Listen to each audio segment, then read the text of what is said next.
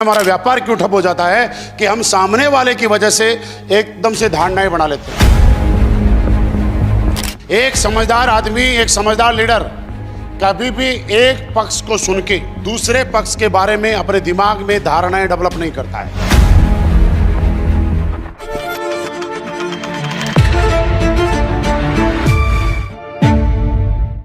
आप चेक कीजिए हमारी न्यायपालिका में, जुडिशरी में, जब किसी के यहां लड़ाई झगड़ा हो जाता है, सीसीटीवी कैमरे में आ रहा है, एक आदमी पिस्टल से गोली मार रहा है और सामने जिसको गोली मार रहा है वो मर भी गया। उसके बाद भी केस जाता है कोर्ट में। क्या केस जाते ही जज अगले ही दिन जो गोली मारने वाला है उसको फांसी की सजा सुनाता है? देखो सीसीटीवी में गोली मारता हुआ भी दिख रहा है, मरने वाला भी दिख रहा है, चेहरा भी मिल रहा है, सब कुछ क्लियर है। फिर 10 साल तक ट्रायल क्यों चलता है? हमारी जुडिशरी का एक नियम है न्यायपालिका का कि गुनहगार भले ही बच जाए पर बेगुनाह को कभी सजा नहीं होनी चाहिए। वो क्या करते हैं, वो ये चीज चेक करते हैं कि गोली मारी गई या गोली मारने के लिए मजबूर किया गया। क्या पता गोली मारने के अलावा उस समय इसके पास कोई मौका ही ना बचा हो, ऑप्शन ही ना बचा हो। आदमी ने गोली मारी मारने के लिए या गोली चलाई आत्मरक्षा के लिए, दोनों चीजें अलग अलग हैं। वो ये चेक करते हैं कि किन हालातों में नौबत यहां तक पहुंची। तो अगर हमारे कानों पे अगर कोई लीडर कुछ बोल भी देता है और हम सुन भी लेते हैं तो ये भी तो जानने की कोशिश करो, ये अगर कल तक मेरे खिलाफ कभी इसने मुंह खोल के बात नहीं की और आज मेरे खिलाफ कुछ भी बोले जा रहा है तो ये हालात डेवलप कहां से हुए, इसके पीछे वजह क्या रही, ये वजह जानने की भी तो कोशिश करोगे ना आप, या ऐसे ही किसी के प्रति कोई धारणा डेवलप कर लोगे? अब वो धारणा क्या थी? एक दुकान के ऊपर एक ग्राहक सामान लेने के लिए आया, 98 का सामान लिया, 100 का नोट दिया, 2 रुपए का खुले पैसे नहीं थे, इसलिए दुकान वाले ने चॉकलेट दे दी, टॉफी दे दी। ग्राहक बोलता है कि मुझे 2 रुपए चाहिए, टॉफी नहीं चाहिए। और दुकानदार ने बड़े प्यार से बताया, भाई साहब मेरे पास 2 रुपए खुले नहीं है, आप प्लीज टॉफी ले लीजिए। ग्राहक बोलता है जब तेरे पास 2 रुपए नहीं है तो यहां दुकान खोल के क्यों बैठा है? अब दुनिया में अगर किसी के भी व्यापार और धंधे के बारे में कोई भी गलत बोलेगा तो ये कन्फर्म है कि बुरा, चाहे किसी भी टाइप का कोई भी धंधा हो, बुरा तो लगेगा। अब उसको दुकानदार को गुस्सा आता है कि भाई साहब सामान लेना है तो लो, और नहीं तो अपने पैसे लो, सामान मेरे वापस दो। मैंने आपसे पूछ के और आपसे पैसे लेके धंधा नहीं चलाया है, मैंने धंधा अपने दम पे चलाया है। अब ग्राहक को गुस्सा आता है कि भाई साहब उतनी ऊंची आवाज में क्यों बात कर रहे हो, जब तुम्हारे पास पैसे नहीं है तो यहाँ पे नहीं बैठना, तुम्हें बोलने की तमीज नहीं है।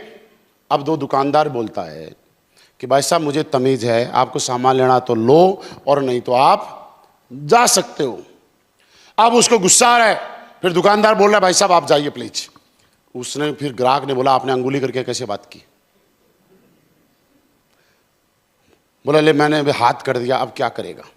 बात 2 में बढ़ी, आगे बढ़ी। जब गाली गलौज हुई तो दुकानदार ने अपना पिस्टल निकाला, पिस्टल निकाल के ऐसे किया।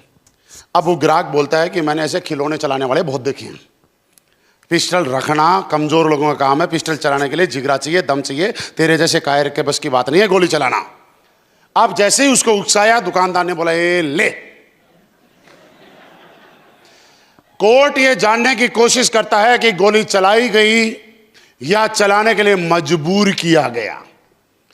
तो जब इस बात को साबित करने के लिए सालों साल लग जाते हैं, आप अपने लोगों के प्रति, अपने अपलाइन के प्रति, अपने डाउनलाइन के प्रति ऐसी कैसे धारणा बना सकते हो चंद सेकंडों के अंदर कि मेरा डाउनलाइन गलत है और मेरा अपलाइन गलत है?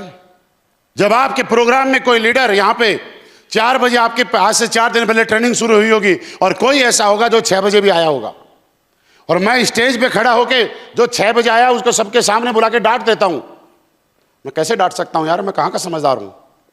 मुझे पहले जानना पड़ेगा कि 2 घंटे लेट क्यों हुआ।